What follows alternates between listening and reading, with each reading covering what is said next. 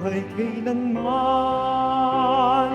Viva poong Jesus Nazareno, awit at papuri alay namin sa'yo. Digin ang dalangin at pagsamo ng bayan mo. Viva poong Jesus Nazareno.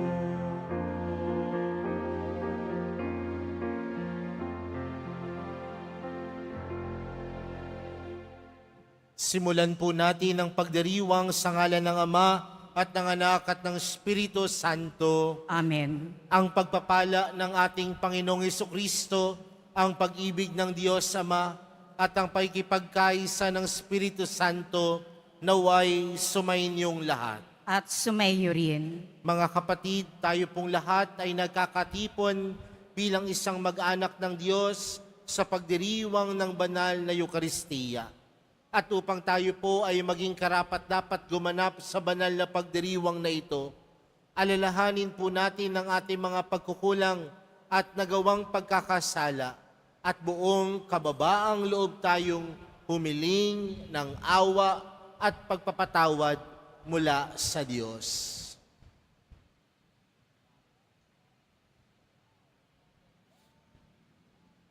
Sinugong tagapagpagaling sa mga nagsisisi, Panginoon, kaawaan mo kami. Panginoon, kaawaan mo kami.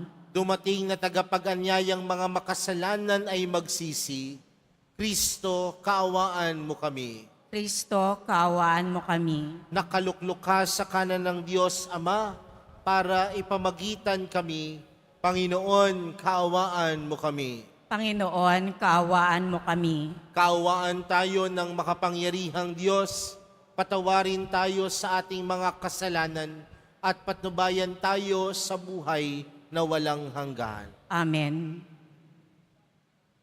Manalangin tayo. Ama naming makapangyarihan, niloob mong maitatag ang iyong simbahan kay San Pedro na pangunahin sa mga apostol na hirang. Ang aming Papa Leon ay iyong tunghayan at loobin mong itinakda mo para si San Pedro'y halinhan, ay maging simula at nakikitang saligan ng kaisahan sa pananampalataya at pakikinabang sa iyong buhay para sa iyong sambayanan. Sa pamamagitan ni Jesucristo, kasama ng Espiritu Santo, magpa sa walang hanggan. Amen. Magsiupo muna ang lahat.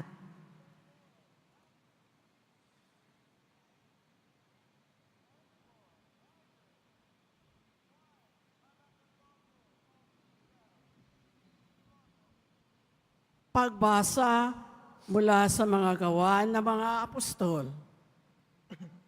Noong mga araw na iyon, masidhi ang pagnanais ni Saulo na usigin at patayin ang mga alagad ng Panginoon.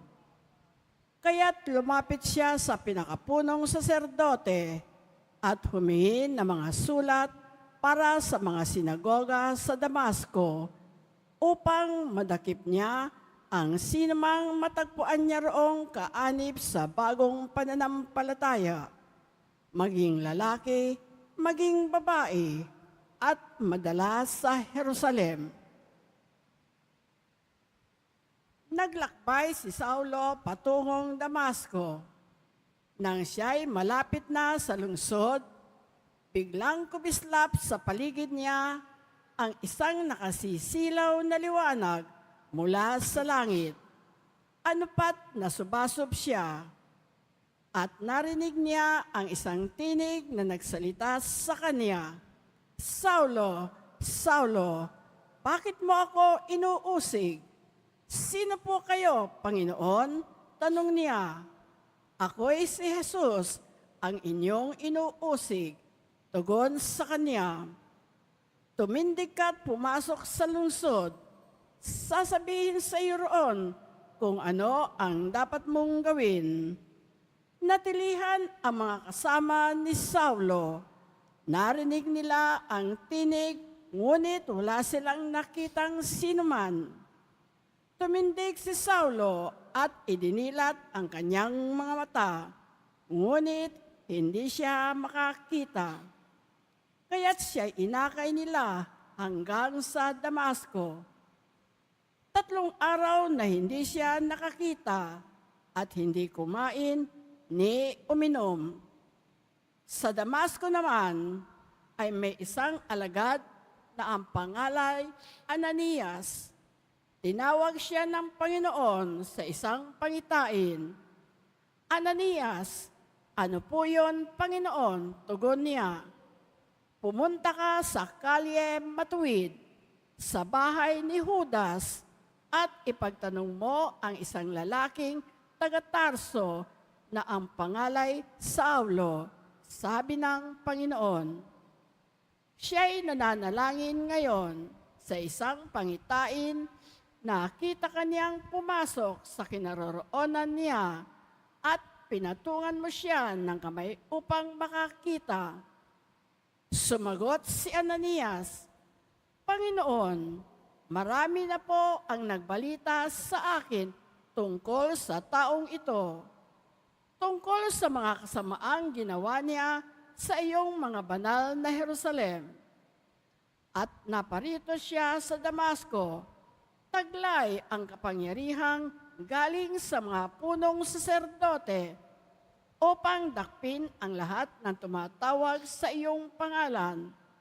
Ngunit sinabi sa kanya ng Panginoon, pumaroon ka sapagkat hinirang ko siya upang ipakilala ang aking pangalan sa mga hentil, sa mga hari at sa mga anak ng Israel.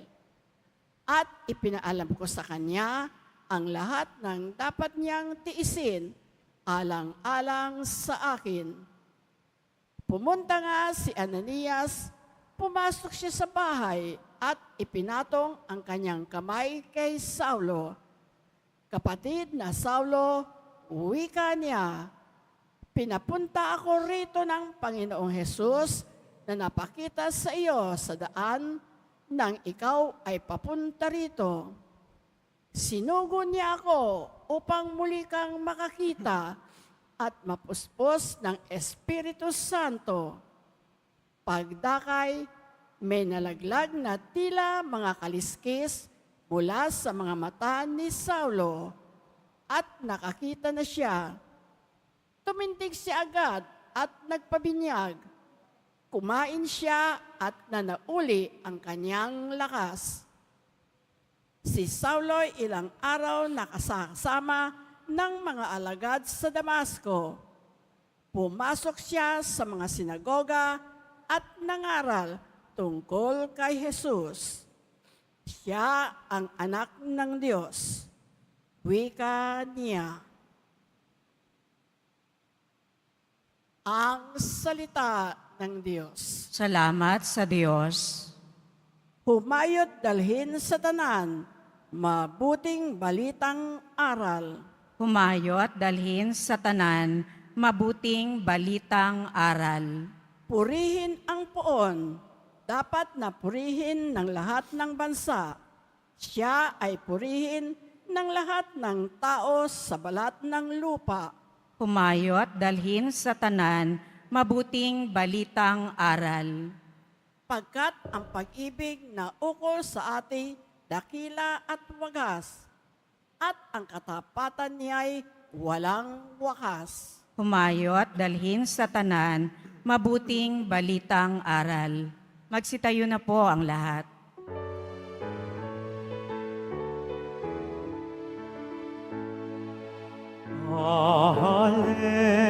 Hallelujah, hallelujah, hallelujah, hallelujah.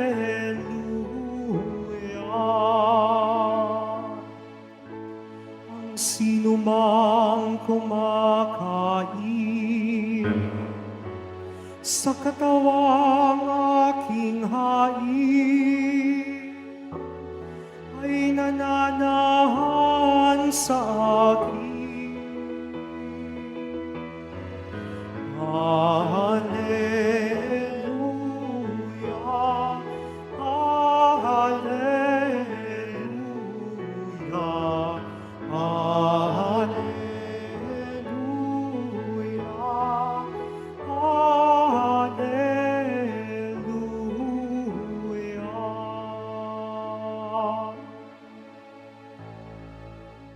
Sumainyo ang Panginoon. At sumayo rin. Ang mabuting balita ng Panginoon ayon kay San Juan. Papuri sa iyo, Panginoon. Noong panahong iyon, nagtatalo-talo ang mga Hudyo. Paanong maibibigay sa atin ng taong ito ang kanyang laman upang kanin natin, tanong nila. Kaya't sinabi ni Jesus, tandaan ninyo, malibang kanin ninyo ang laman ng anak ng tao at inumin ang kanyang dugo, hindi kayo magkakaroon ng buhay. Ang kumakain ng aking laman at umiinom ng aking dugo ay may buhay na walang hanggan at muli ko siyang bubuhayin sa huling araw. Sapagkat ang aking laman ay tunay na pagkain at ang aking dugo tunay na inumin. Ang kumakain ng aking laman at umiinom ng aking dugo ay nananahan sa akin at ako sa kanya. Buhay ang amang nagsugo sa akin at ako'y nabubuhay dahil sa kanya. Gayon din naman, ang sino mang kumain sa akin ay mabubuhay dahil sa akin. Ito ang pagkain bumaba mula sa langit. Ang kumakain nito ay mabubuhay magpakailanman. Hindi ito katulad ng kinain ng inyong mga magulang sa ilang. Namatay sila, bagamat kumain niyon. Sinabi ito ni Jesus nang siya'y nagtuturo sa sinagoga sa Capernaum. Mga kapatid, ang mabuting balita ng Panginoon. Pinupuri ka namin, Panginoong Heso Kristo. Magsiupo muna ang lahat. Ito pong araw na ito ay tunay na puno ng pagpapala, biyaya mula sa Diyos. Mga kapatid, sa atin pong unang pagbasa, napakinggan po natin ang kwento ni Saul. At alam natin na si Saul noong mga panahon na iyon ay taga-usig ng mga Kristiyano. Hindi siya marahil naniniwala kay Jesus. Hindi siya marahil naniniwala sa mga taong sumusunod sa Panginoon. Kaya merong isang karanasan na nagpabago kay Saul. At ano po itong karanasan ni Saul? Nung siya ay papunta sa Damasco, merong malakas na liwanag na mula sa langit at siya ay nabulag. At sa kanyang pagkabulag, naliwanagan siya ng pagpapala, pagmamahal, at higit sa lahat, biyaya ng Diyos. At ano pong pinupunto natin dito mga kapatid? Baka sabihin ng ilan sa atin, Father, hindi naman kami taga-usig ng mga Kristiyano. Naniniwala naman kami kay Jesus. Pero mga kapatid, maraming pagkakataon na hindi natin namamalayan na nagiging taga-usig tayo ng Panginoon. At ano po ang mga pagkakataon na ito? Mga pagkakataon na hindi tayo nagtitiwala sa Kanya. Mga pagkakataon na tayo ay nagkakasala. Mga pagkakataon na tayo ay tumatalikod sa Panginoon. Mga pagkakataon naghahanap tayo ng ibang makakapitan. Pero mga kapatid, napakaganda ng paalala sa atin ng ating unang pagbasa. Magbibigay liwanag mismo ang Diyos, magbibigay liwanag mismo ang Panginoon upang tayo ay mas maging mabuti. Sa madaling salita mga kapatid, tama, may mga pagkakataon na tayo nagkakasala, pero laging nandiyan ang Panginoon upang dalhin tayo sa tama. Laging nandiyan si Jesus upang dalhin tayo sa mabuti. Laging nandiyan ang Panginoon upang pagpanibaguhin ang ating mga sariling puso. Kaya mga kapatid, sa araw na ito, ang kwento ni Saul ay kwento din natin. Mga pagkakataon tayo ay nagiging taga-usig, pero may pagkakaloob na liwanag ang Panginoon upang tayo'y magbalik loob sa Kanya. Sa madaling salita mga kapatid, Si Jesus, laging nagkakaloob ng pagkakataon. Pagkakataon upang tayo ay mas gumawa ng mabuti, pagkakataon na mas lalo tayong gumawa ng tama. Kaya nga kung mapapansin po natin mga kapatid, sa ating ibanghelyong napakinggan, ito po yung nagpapatuloy ng ating mga ibanghelyo nitong mga nakarang araw na nagpapatungkol kay Jesus bilang tinapay ng buhay. At patuloy tayong pinapaalalahanan. Sabi ko nga po sa inyo, may mga pagkakataon na tayo ay magiging tagausig. May mga pagkakataon na tayo ay manghihina sa ating buhay pananampalataya. May mga pagkakataon na tayo ay magkakasala. Pero dahil sa tulong ng katawan ni Kristo, ito po ay nagdudulot sa atin upang tayo ay mas mapanibago. Ang katawan ni Kristo ang magdudulot sa atin na mas maging mabuti. Ang katawan ni Kristo ang magdudulot sa atin na maging kagaya ni Kristo. Alam niyo po, sino po sa inyo dito ang halos araw-araw nagsisimba? Meron po ba? Araw-araw nagsisimba. Tuwing linggo nagsisimba. Madami yan. Dapat lahat tayo tuwing araw ng linggo nagsisimba. Naalala ko po nung ako po ay bagong pari pa lamang, dahil po ako ay naka-assign dati sa isang parokya, kapag araw po minsan ng linggo, 5 beses po ako nagmimisa. 5 ho ang misa ko. Pero may mga pagkakataon po sa loob ng 5 misa, yung humiliya ko po, 1 lang. At doon po sa dati kong parokya, tuwing araw ng linggo, kung ilan po ang misa ko, kung 5 beses po ako nagmimisa, 5 beses din siyang nagsisimba. Kaya isang araw, ito pong laging nagsisimbang ito lumapit sa akin. Sabi niya, Father, alam mo, tuwang-tuwa po ako sa inyo. Para po kasi kayong teddy bear. Tapos sabi niya sa akin, alam niyo po, lagi po ako nagsisimba kapag kayo ang nagmimisa. Pero sabi niya sa akin, pero may problema ako sa iyo, Father. Sabi ko, ano pong problema ninyo? Yung homilya niyo po paulit-ulit. Paulit-ulit po ang homily ninyo. Kaya sabi ko naman sa kanya, sa 5 beses niyo pong pagsisimba, Nay, di ba pare-parehas naman ho ang pagbasa?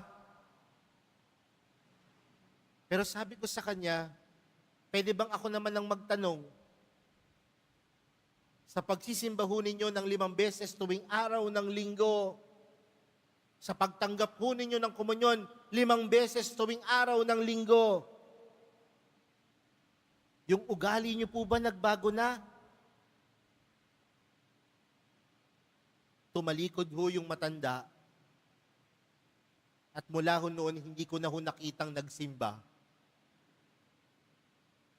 Uulitin ko po ang tanong, sino po ang nagsisimba sa inyo araw-araw? Kanina may nagtaas pa ng kamay. Sinong nagsimba sa inyo tuwing araw ng linggo? Buti naman. Kasi may hamon ho yan, mga kapatid. Sa kabila ng ating mga pagkakasala at pagkukulang, sa pagtanggap natin kay Kristo, tayo dapat ay pinababago nito. Huwag tayong tatanggap kung alam natin na hindi tayo magiging kagaya ng Panginoon. Tanggapin natin ang Panginoon. Tanggapin natin si Jesus. Hindi lang upang maging lakas, kundi tanggapin natin si Jesus dahil gusto natin maging kagaya ng mahal na pong Jesus Nazareno. Mga kapatid, may kahinaan tayo kagaya ni Saulo. May mga pagkukulang tayo. Pero nawa sa tanggap natin lagi ng banal na Eukaristiya, mapanibago nawa niya tayo. Nawa sa pagtanggap natin sa Eukaristiya, tunay tayong maging kagaya ng mahal na pong Jesus Nazareno. Amen. Magsitayo na po ang lahat.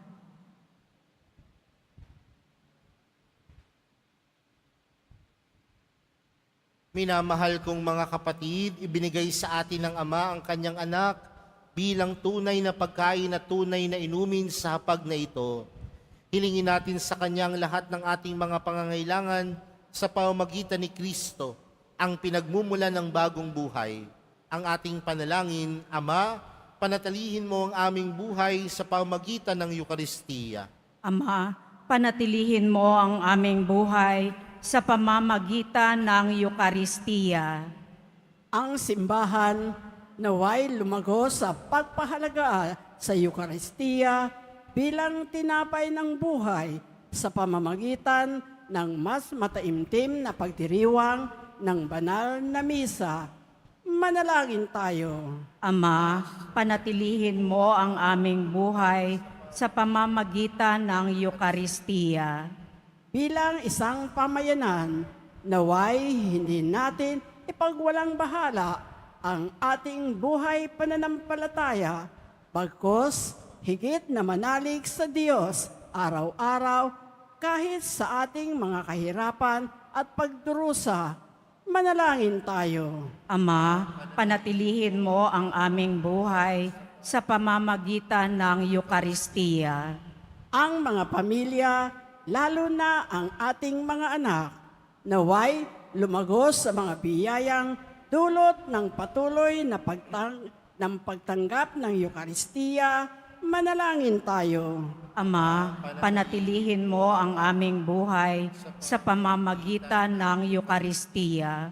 Ang mga may sakit, naway palakasin ng kanilang pananampalataya sa pamamagitan ng pagkikipag-isa ng kanilang mga paghihirap sa pagpapakasakit ni Kristo.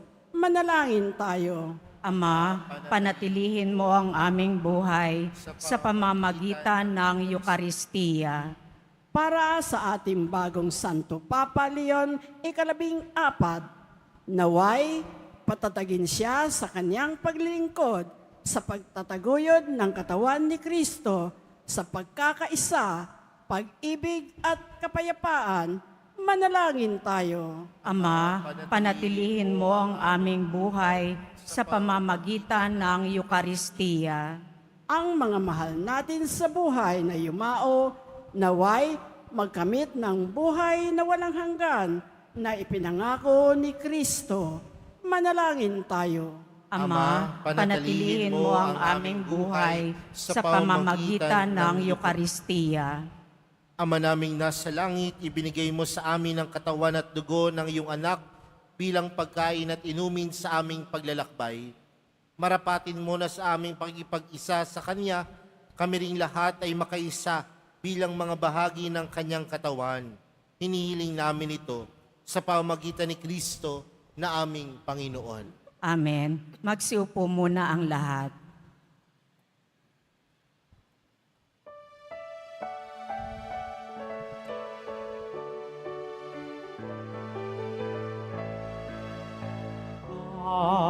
Alleluia,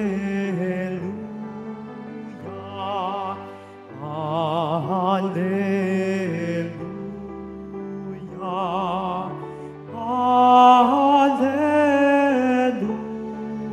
Alleluia, Alleluia.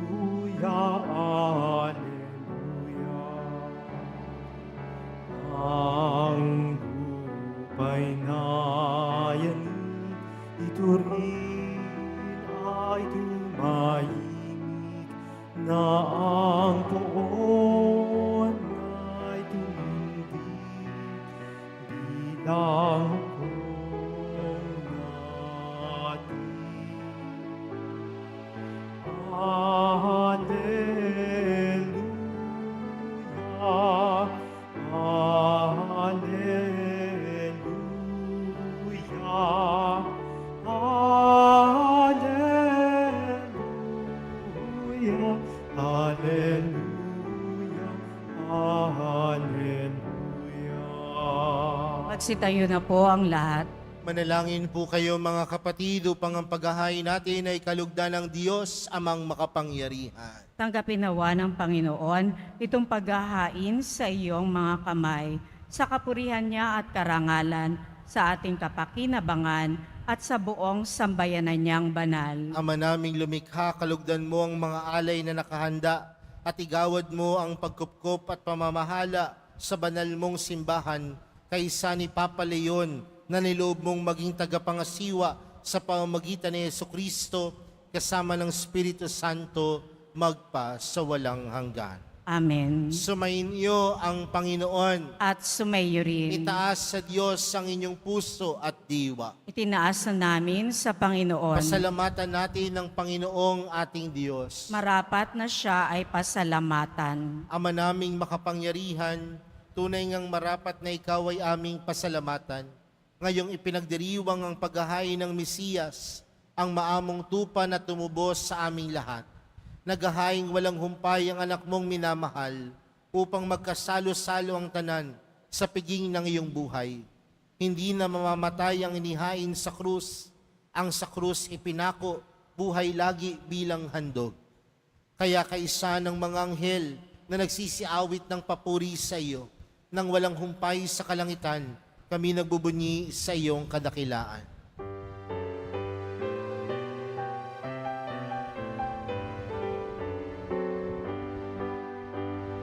Santo, Santo, Santo, Panginoong Diyos ng mga hukbo, napupuno ang langit at lupa ng kadakilaan mo.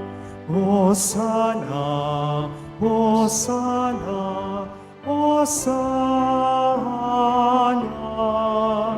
Hosana, Hosana sa kaitaasan.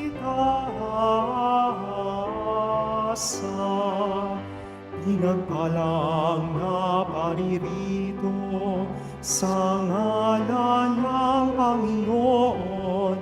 Hosana, Hosana, Hosana, Hosana, Hosana sa kaitaasan.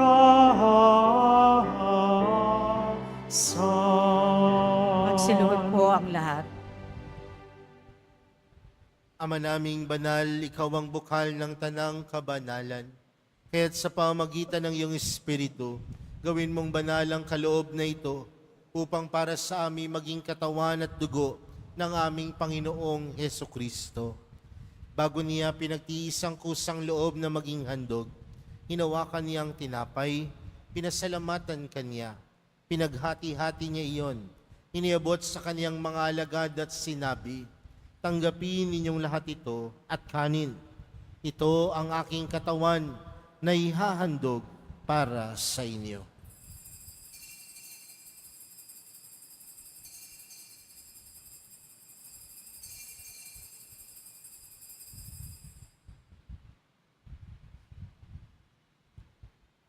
Gayon din naman noong matapos ang hapunan, hinawakan niya ang kalis. Muli kanyang pinasalamatan. Iniabot niya ang kalis sa kanyang mga alagad at sinabi, tanggapin ninyong lahat ito at inumin. Ito ang kalis ng aking dugo, ng bago at walang hanggang tipan.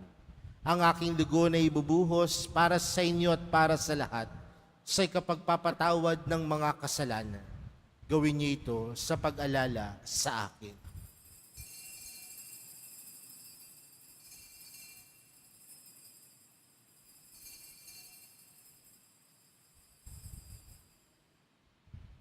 Magsitayo na po ang lahat. Ipagbunyi natin ang misteryo ng pananampalataya. Si Kristo'y namatay, si Kristo'y nabuhay, si Kristo'y babalik sa wakas ng panahon. Ama, ginagawa namin ngayon ang pag-alala sa pagkamatay at muling pagkabuhay ng iyong anak. Kaya't inaalay namin sa iyong tinapay na nagbibigay buhay at ang kalis sa nagkakaloob ng kaligtasan. Kami nagpapasalamat dahil kami iyong minarapat na tumayo sa harap mo para maglingkod sa iyo. Isinasamo namin kaming magsasalo-salo sa katawan at dugo ni Kristo ay mabuklod sa pagkakaisa sa pamamagitan ng Espiritu Santo. Ama, lingapin mo ang iyong simbahang laganap sa buong daigdig. Puspusin mo kami sa pag-ibig, kay San Leon na aming Papa, at ni Jose na aming Obispo at ng Tanang Kaparian. Alalahanin mo rin ang mga kapatid naming nahimlay nang may pag-asang sila'y muling mabubuhay, gayon din ang lahat ng mga pumanaw. Kaawaan mo sila at patuloyin sa iyong kaliwanagan. Kaawaan mo at pagindapating kaming lahat na makasalo sa iyong buhay na walang wakas. Kaysa ng mahal na Birheng Maria, na ina ng Diyos, ng kabiyak ng puso niyang si San Jose, kaysa ng mga apostol at ng lahat ng mga banal na namuhay dito sa daigdig ng kalugod-lugod sa iyo. May pagdiwang nawa namin ang pagpupuri sa ikararangal mo sa pamamagitan ng iyong anak na aming Panginoong Hesukristo. Sa pamamagitan ni Kristo, kasama niya at sa Kanya, ang lahat ng parangal at papuri ay sa iyo, Diyos amang makapangyarihan, kasama ng Espiritu Santo, magpa sa walang hanggan.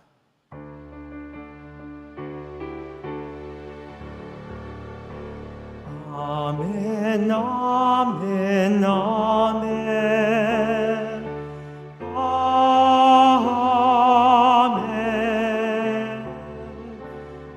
Amen, amen, amen. Amen.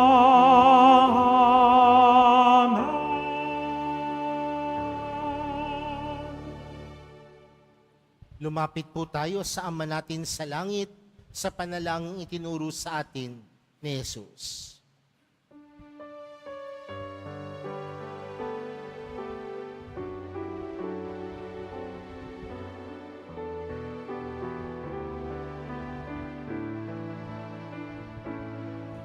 Ama namin, sumasalangit ka, sambahin ang ngalan mo, mapasa amin ang kaharian mo, sundin ang loob mo. Dito sa lupa para ng sa langit, bigyan mo po kami ngayon ng aming kakanin sa araw-araw at patawarin mo kami sa aming mga sala para ng pagpapatawad namin sa nagkakasala sa amin. At huwag mo kaming ipahintulot sa tuso. At iadiya mo kami sa lahat ng masama. Inihiling po namin kami adya sa lahat ng masama, pagkalooban ng kapayapaan araw-araw, iligtas sa kasalanan at ilayo sa lahat ng kapahamakan, samantalang aming pinananabikan ang dakilang araw ng pagpapahayag ng tagapagligtas naming si Jesucristo. Sapagkat iyo ang kaharian at ang kapangyarihan at ang kapurihan magpakailanman. Amen. Panginoong Jesucristo, sinabi mo sa iyong mga apostol, kapayapaan ang iniwan ko sa inyo, ang aking kapayapaan ang ibinibigay ko sa inyo. Tunghayan mo ang aming pananampalataya at huwag ang aming pagkakasala. Pagkalooban mo kami ng kapayapaan at pagkakaisa ayon sa iyong kalooban, kasama ng Espiritu Santo, magpa sa walang hanggan. Amen. Ang kapayapaan ng Panginoon ay laging sumainyo. at sumayo rin. Magbigayan po kayo ng kapayapaan sa isa't isa.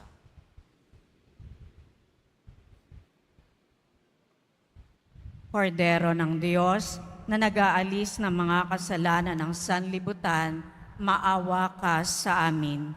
Kordero ng Diyos na nag-aalis ng mga kasalanan ng sanlibutan, maawa ka sa amin. Kordero ng Diyos na nag-aalis ng mga kasalanan ng sanlibutan, ipagkaloob mo sa amin ang kapayapaan. Lumuhod po ang lahat.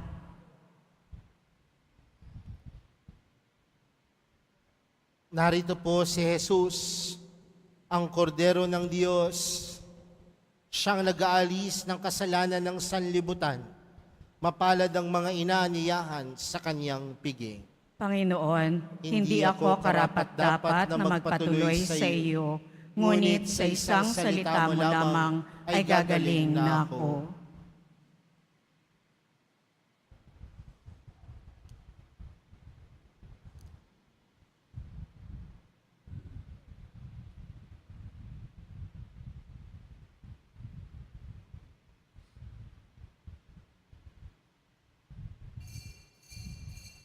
Para sa lahat ng tatanggap ng banal na komunyon, sasagot po tayo ng amen pagkasabi ng pari o ng lay minister ng katawan ni Kristo at isubo agad sa bibig bago umalis sa harapan ng pari o lay minister. Sumunod po tayo.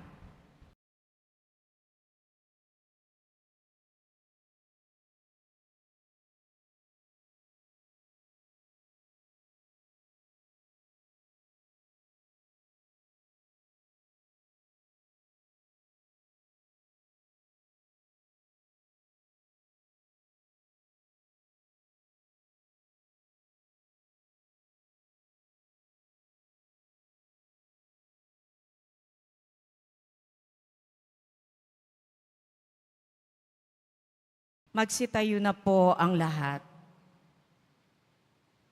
Manalangin tayo.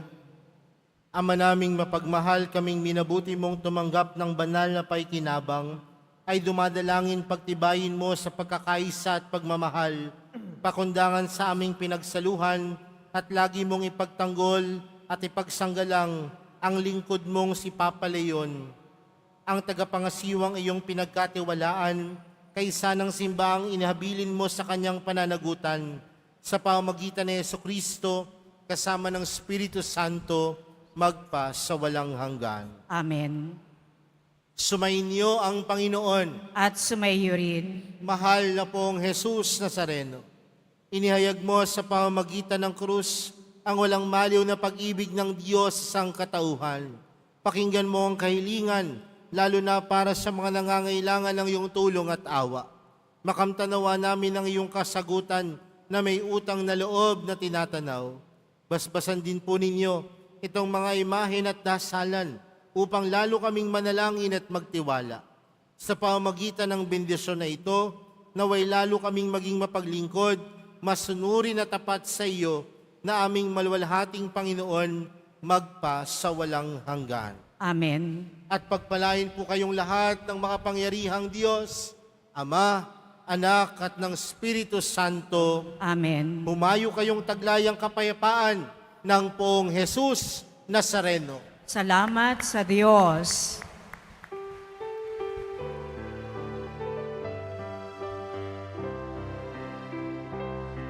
Nuestro Padre Jesus Nazareno, sinasamba ka namin, pinipintuho ka namin, araw mo ang aming buhay at kaligtasan. Nuestro Padre Jesus Nazareno, iligtas mo kami sa kasalanan. Ang krus mong kinamatayan ay sagisag ng aming kaligtasan. Nuestro Padre Jesus Nazareno, dinarangal ka namin. Nuestro Padre Jesus Nazareno, inulwalhati ka namin. Nuestro Padre Jesus Nazareno, dinarangal ka namin. Nuestro Padre Jesus Nazareno, nilulwalhati ka namin.